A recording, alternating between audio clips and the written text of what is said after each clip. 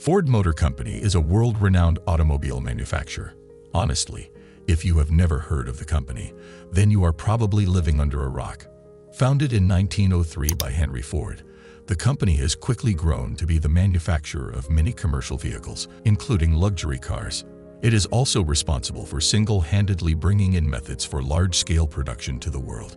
There was once a time that the company used to make semi-trucks, but over the years, they decided to stop manufacturing them. What could be the reason behind this?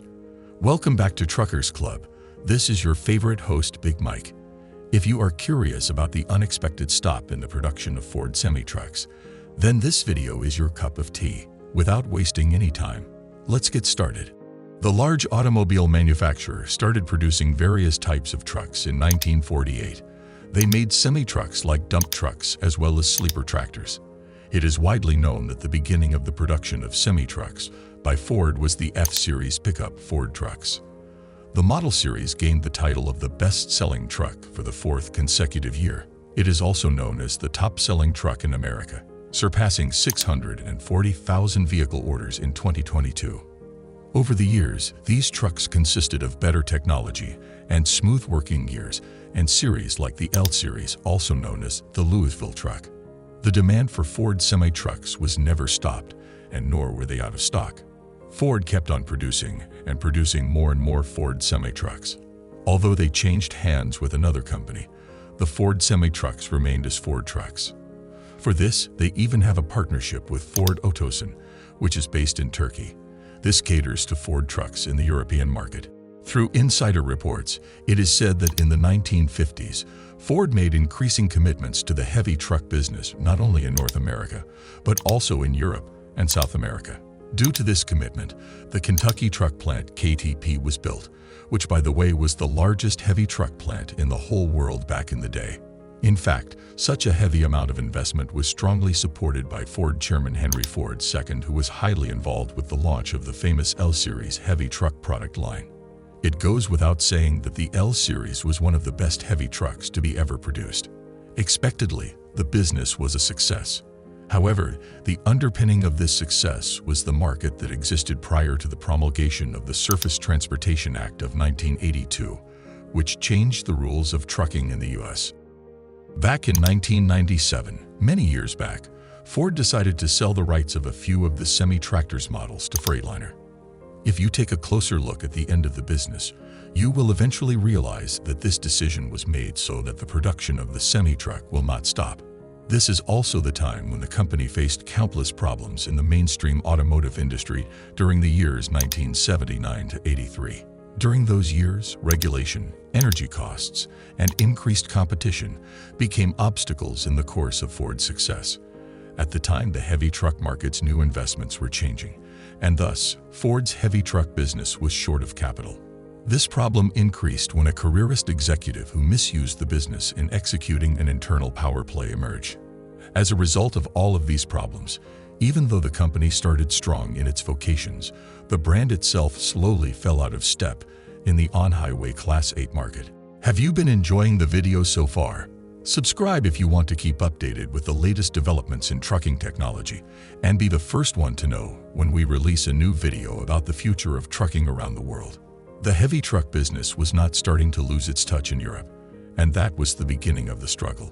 Ford had a whole grasp on the car market, but that was not the same in the heavy truck business. So this is how a once very successful South American operation, founded on a financial crisis in Brazil, came up to the point where Ford and VW decided to merge their truck operations in the Auto Latina JV. Looking back at the merge from the future, the authorities of Ford must realize how foolish this decision was. It is considered a very ill-considered move because of the severe damage the Ford truck, Ford tractor and Ford diesel engine businesses had to face. What Ford has imagined as the worldwide business model for heavy trucks that Ford has been pursuing broke into regional plays. Overall, these regional plays in return were holding the business hostage to its own issues and needs rather than to the vehicle business. Various senior executives at Ford then began to see the business as a lower priority to properly address, and some advocated exiting the business altogether. Those employees who understood the business deeply and had contributed to its success were very frustrated by these negative views, particularly when those holding them were often ignorant of the full and proper value of the heavy truck business, and more importantly, how to increase that value. To say the least, Ford had the right answers at its hands, but the executives could show no enthusiasm for supporting the business properly at all. Once in the 1980s, a worker working in the truck strategy planning sector came up with a plan driven by passion, and this was a very sound plan to rescue and rebuild the business. Among other things, he had brought up the idea of returning KTP to a two-shift operation by building larger light trucks, as well as medium and heavy trucks. This plan that he had introduced would have been highly profitable for the company. Not only would the volume impact of the lighter vehicles have largely decreased the fixed cost allocations to heavy trucks, but it would have also made Ford more engaging in terms of finance. You might have already guessed that the higher-ups decided not to go along with this plan. Narrating what happened, instead of going with a plan that would significantly benefit the company, the finance experts sided with those with negative views of the business. They used accounting tricks to make the company's financial results look better than they really are. Or in other words, they cooked the books. They used the method to show the inverse of the fixed cost allocations in a better light. So just as the finance people and the people with negative views wanted, the heavy truck business was pushed out of the KTP altogether and spun off.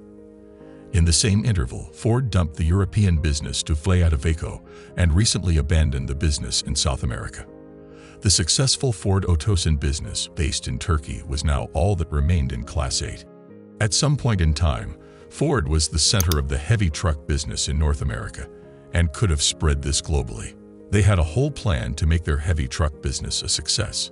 It is said that there is one factor that stopped Ford from becoming a major player in the heavy truck business, such as the VW combine, and this was a high-level champion.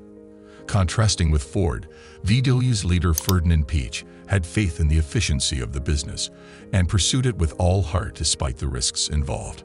Since Henry Ford II retired before the heavy truck business of Ford could have bloomed, the business lost its standing leader.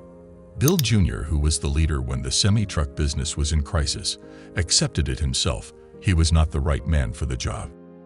Who would have known if Ford had gone with the workers' plan? And if Ford had a leader who could lead them out of this mess, Ford could have become one of the biggest titans in the manufacture of semi-trucks. Looks like we will never know until Ford decides to open its semi-truck business once again. This brings us to the end of the video. Thanks for hitching a ride with us. If you enjoyed the video, don't forget to hit that subscribe button. Leave a thumbs up and let us know in the comments which where you want to see us feature next. This is your favorite highway host, Big Mike, and I will see you in the next one.